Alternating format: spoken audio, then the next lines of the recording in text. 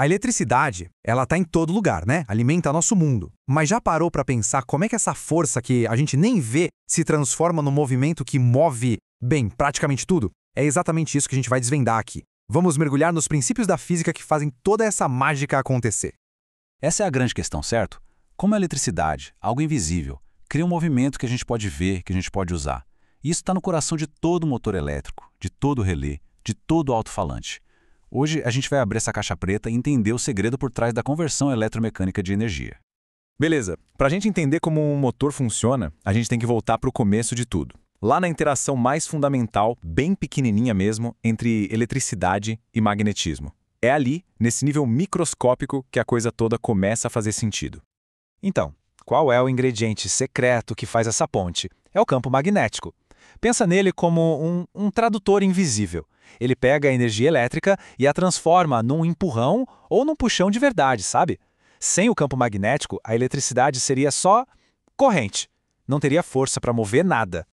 Ok, agora vamos botar um nome nisso. O nome do jogo aqui é força de Lorentz. Essa é a nossa primeira grande chave. É um empurrãozinho minúsculo agindo em uma única partícula carregada. Mas, quando a gente multiplica isso por milhões, bilhões de vezes, aí sim, a gente tem força para mover montanhas. Ou, pelo menos as rodas de um carro elétrico, o que já é bem impressionante. E o mais curioso é o seguinte, essa força não empurra para frente, como a gente poderia imaginar. Não, ela atua de lado. E é aí que está o pulo do gato. O fato dela ser perpendicular, ou seja, formar um ângulo de 90 graus com o movimento, é o verdadeiro segredo para criar a rotação. E sem rotação, não existe motor. Certo, a gente já entendeu a força em uma única partícula. Mas, e aí? Como é que a gente sai dessa escala minúscula e transforma isso em algo grande, forte o suficiente para de fato girar uma roda? Vamos ver como essa ideia escala. É um processo, um passo a passo. Olha só. Primeiro, uma única carga em movimento sente uma forcinha. Depois, a gente junta um monte de cargas se movendo e isso vira uma corrente elétrica num fio. Agora, o fio inteiro sente uma força coletiva. E o passo final? A gente pega esse fio e dobra ele, formando uma espira. Aí sim, a gente cria uma força de giro, o famoso torque. Cada passo amplifica o efeito do anterior. E é isso. Basicamente, o que a gente tem aqui é o nascimento de um motor elétrico. É simples na sua essência, né? É só uma espira com corrente elétrica dentro de um campo magnético. As forças opostas atuando em cada lado dela fazem a espira girar. Simples assim. Mas nossa, como isso é poderoso. Só que essa visão de ficar somando forcinhas funciona, tá correta. Mas na prática, para o mundo real da engenharia, isso pode ficar complicado pra caramba. Imagina calcular isso para um motor super complexo. Os engenheiros precisavam de um jeito melhor, uma chave mestra, sabe? Uma forma universal de analisar qualquer dispositivo, por mais complexo que ele fosse. E essa tal chave mestra é a energia. É aqui que tudo se conecta. Quando a gente começa a pensar em termos de energia em vez de força, aí vem aquele momento de, claro, faz todo sentido. A força, na verdade, é só uma consequência. É o que acontece quando a energia muda de forma. É só lembrar daquele princípio básico da física, né? A energia não é criada do nada nem destruída, ela apenas se transforma. A força que a gente vê é só o sintoma dessa transformação. A energia elétrica vira energia magnética, que por fim vira energia mecânica, ou seja, movimento. Então, essa força não aparece do nada, de um jeito aleatório. Ela tem um propósito. Todo sistema eletromecânico quer naturalmente chegar a um estado de menor energia armazenada.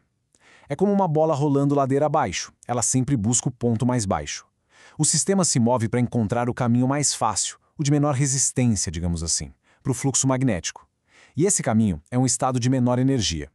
Existem duas maneiras principais de olhar para isso, duas perspectivas. A primeira é pensar com a corrente elétrica constante. A gente mantém a corrente e vê o que acontece. Conforme o sistema se move, a energia que entra se divide. Uma parte vira trabalho mecânico, o movimento em si, e a outra parte é armazenada no campo magnético, num conceito que a gente chama de coenergia. A outra forma de ver é mantendo o fluxo magnético constante. Nesse caso é diferente. O trabalho mecânico, o movimento, é feito gastando a energia que já estava guardada no campo magnético. É como se o sistema usasse sua poupança de energia para poder se mover. Então, a energia armazenada diminui. Mas aqui vem o mais legal. Energia, coenergia, parecem coisas complicadas, né? Mas são só dois lados da mesma moeda.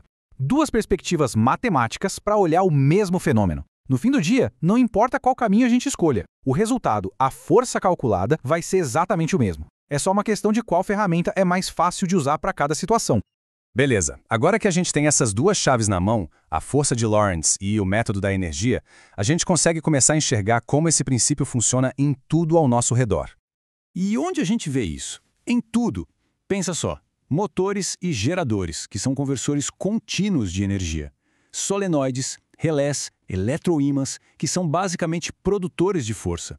E até em microfones, sensores, alto-falantes, que são transdutores. Todas essas tecnologias, tão diferentes, partem desse mesmíssimo princípio de conversão de energia.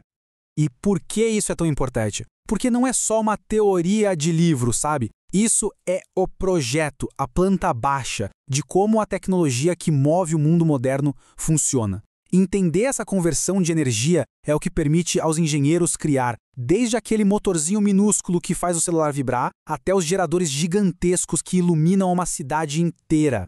Esse princípio está literalmente em toda parte. E a pergunta que fica é qual vai ser a próxima máquina, a próxima invenção que vai ser movida por ele? Porque é isso, no fim das contas. Dominar essa linguagem da energia é o que nos permite continuar inovando e construindo o futuro do movimento.